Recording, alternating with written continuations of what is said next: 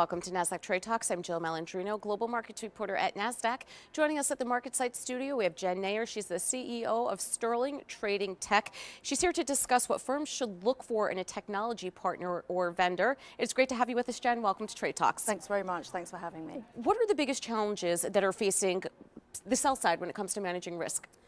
Yeah, so I think one of the key challenges that we're seeing at the moment is, if you look at the regulatory landscape, that it's really outpacing technology. So the regulations are changing at such a fast pace. We're seeing a lot of the sell side are, shall I say, stuck with older technology that's also quite siloed. So when you think about trying to manage your risk position holistically, that becomes a challenge. One of the things that we're focused on when we're talking to our clients today from Sterling is how can we make sure that our product is not just keeping pace with the regulators, but also adopting perhaps a house policy from the sell side. Your risk profile may be different to my risk profile, right? So it's really about weaving together the custom house policy for a sell side with the regulatory changes.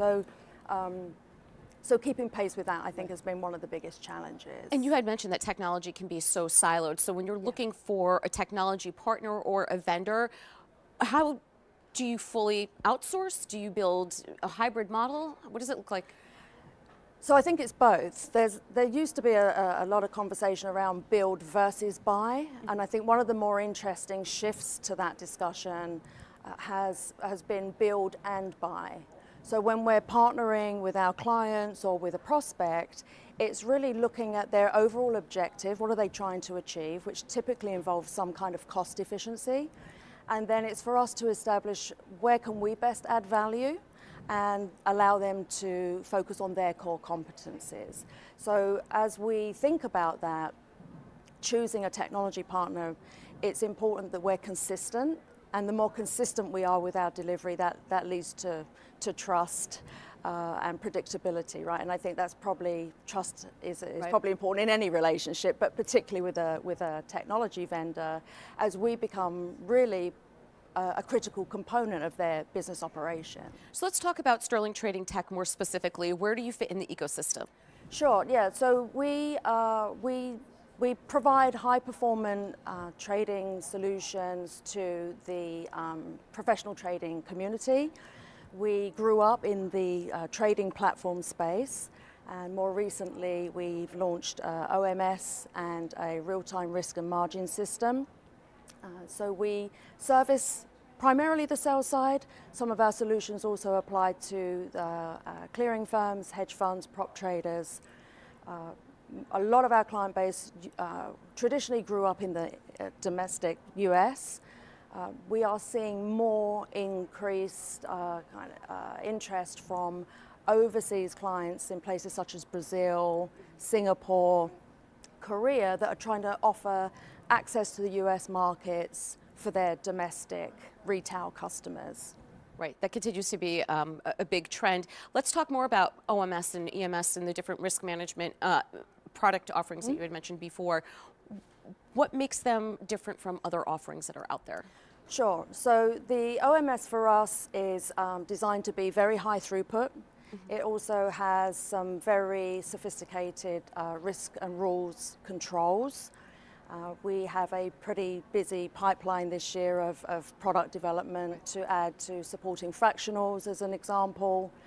And on the risk system, it's a cloud-based real-time risk, getting back to that first point where, just keeping more real-time, I think, is critical. And also expanding into other asset classes, so moving beyond just the traditional US equities and equity options into more, perhaps less traditional, such as crypto. Right. So are there any significant new offerings that are coming out soon? So we have a pretty busy product roadmap. Our support for fractionals is kind of hot off the press. We are also adding to our rules engine, and actually what we're shifting is our overall operating model as a company so that we can actually accommodate our clients' requests for trading in crypto and supporting some of the other newer initiatives like Blue Ocean. So when you think about those less traditional asset classes, there's no set market hours, right? So we really have to move our operating model and our products to be able to support crypto essentially 24/7.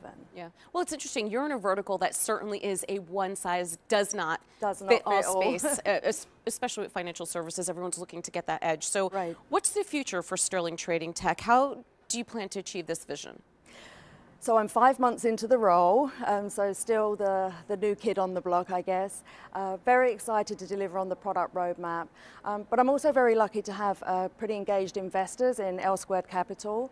And as we are engaging with our clients and some of the inbound interest we've had in new products and new solutions, I'm actually looking at whether we could achieve that by way of acquisition. So too early to talk about that at the moment. I would say watch this space, but a very interesting and exciting year ahead for us. All right, Jed, we appreciate the insight. Thanks for joining us on Trade Talks, and thanks for joining me. I'm Jill Malandrino, Global Markets Reporter at Nasdaq.